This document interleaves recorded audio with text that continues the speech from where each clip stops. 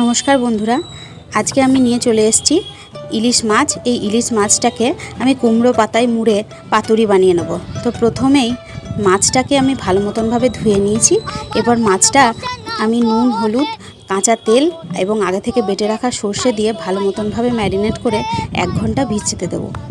এরপর আমি কিছু লাউ পাতা নিয়েছি। এই লাউ পাতাগুলোকে আমি ভালো মতনভাবে ধুয়ে নিয়ে এর উপরে সর্ষের তেল দিয়ে দেবো।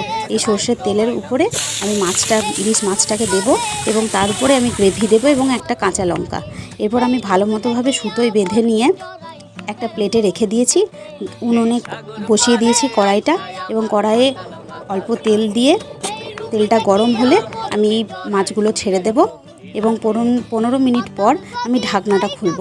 তারপর উল্টে পাল্টে নিয়ে আরেকবার আমি লালচে করে ভেজে নিয়ে এটাকে নামিয়ে নেব। ব্যাস, আমার পাতুরি রেডি। এরপর গরম গরম ভাতের সাথে